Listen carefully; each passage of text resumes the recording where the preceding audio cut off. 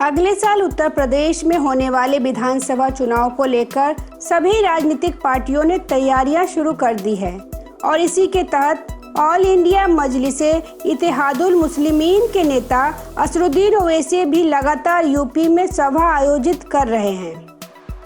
असरुद्दीन ओवैसी ने आयोजित सभा में कहा कि मुसलमानों की स्थिति बारात में बैंड बजाने वाले जैसी हो गई है, जहां उन्हें पहले संगीत बजाने के लिए कहा जाता है, लेकिन विवाह स्थल पर पहुंचने पर उन्हें बाहर खड़ा कर दिया जाता है। असरुद्दीन ओवैसी ने आरोप लगाया है कि चाहे मुसलमानों के सबसे ज़्यादा वोट हासिल करने वाली समाजवादी पार्टी हो या फिर सामाजिक न्याय के लिए दलित मुस्लिम एकता की बात करने वाली बहुजन समाज पार्टी ने किसी ने भी मुसलमानों को नेतृत्व नहीं दिया। ओवैसी ने कहा कि जनगणना 2011 के आंकड़ों के मुताबिक उत्तर प्रदेश की आबादी में मुसलमानों की हिस्सेदारी 19.26% है। ऐसा माना जाता है कि राज्य की 403 में से 82 विधानसभा क्षेत्रों में मुसलमान मतदाता निर्णायक भूमिका निभा सकते हैं।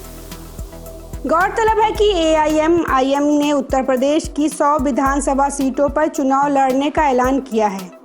ओवैसी की पार्टी ने 2017 में उत्तर प्रदेश विधानसभा चुनाव में 38 सीटों पर अपने प्रत्याशी उतारे थे, लेकिन उसे एक भी सीट नहीं मिली थी।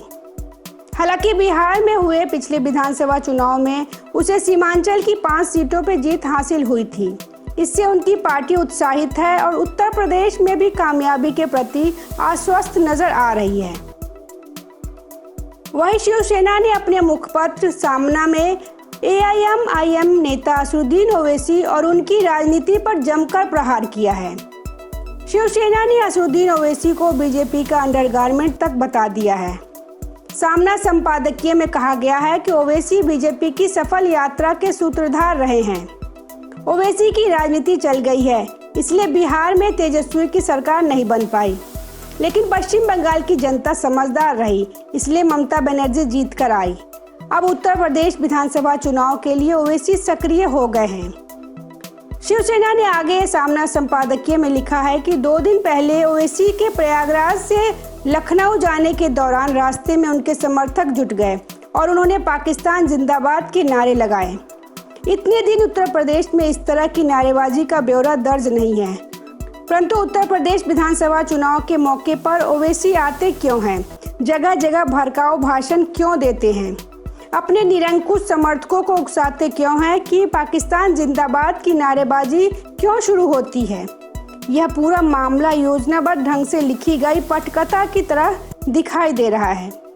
Bureau report, public news.